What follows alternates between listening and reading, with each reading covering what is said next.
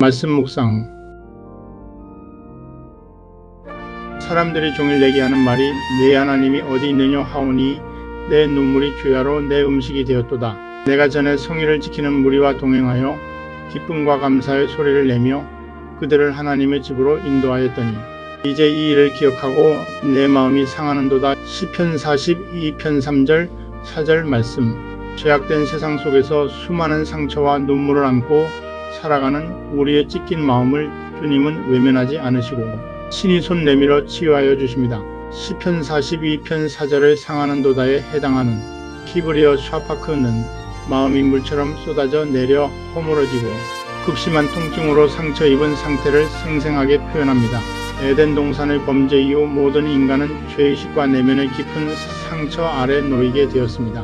인간의 도덕적 수양이나 세상의 상담은 일시적인 위로를 줄 수 있으나 영혼의 근원적인 죄의 문제를 해결하고 참된 치유를 이룰 수 있는 길은 오직 예수 그리스도의 대속적 은혜뿐입니다.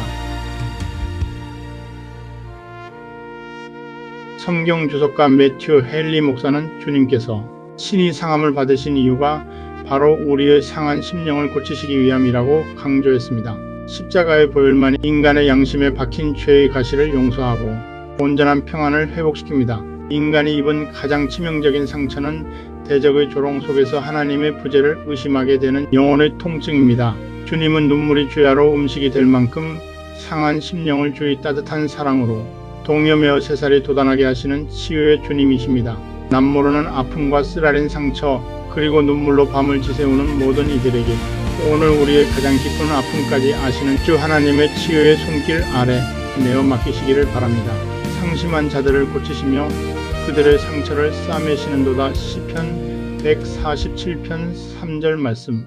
내 이름을 경외하는 너희에게는 공의로운 해가 떠올라서 치료하는 광선을 비추리니 너희가 나가서 외양간에서 나온 송아지 같이 뛰리라. 말라기 4장 2절 말씀. 신이 나무에 달려 그 몸으로 우리 죄를 담당하셨으니 이는 우리로 죄에 대하여 죽고 의에 대하여 살게 하려 하심이라. 그가 채찍에 맞음으로 너희는 나음을 얻었나니. 베드로전서 2장 24절 말씀. 여호와는 마음이 상한 자를 가까이 하시고 충심으로 통회하는 자를 구원하시는도다. 시편 34편 18절 말씀. 애통하는 자는 복이 있나니 그들이 위로를 받을 것이며. 마태복음 5장 4절 말씀. 여호와 샬롬.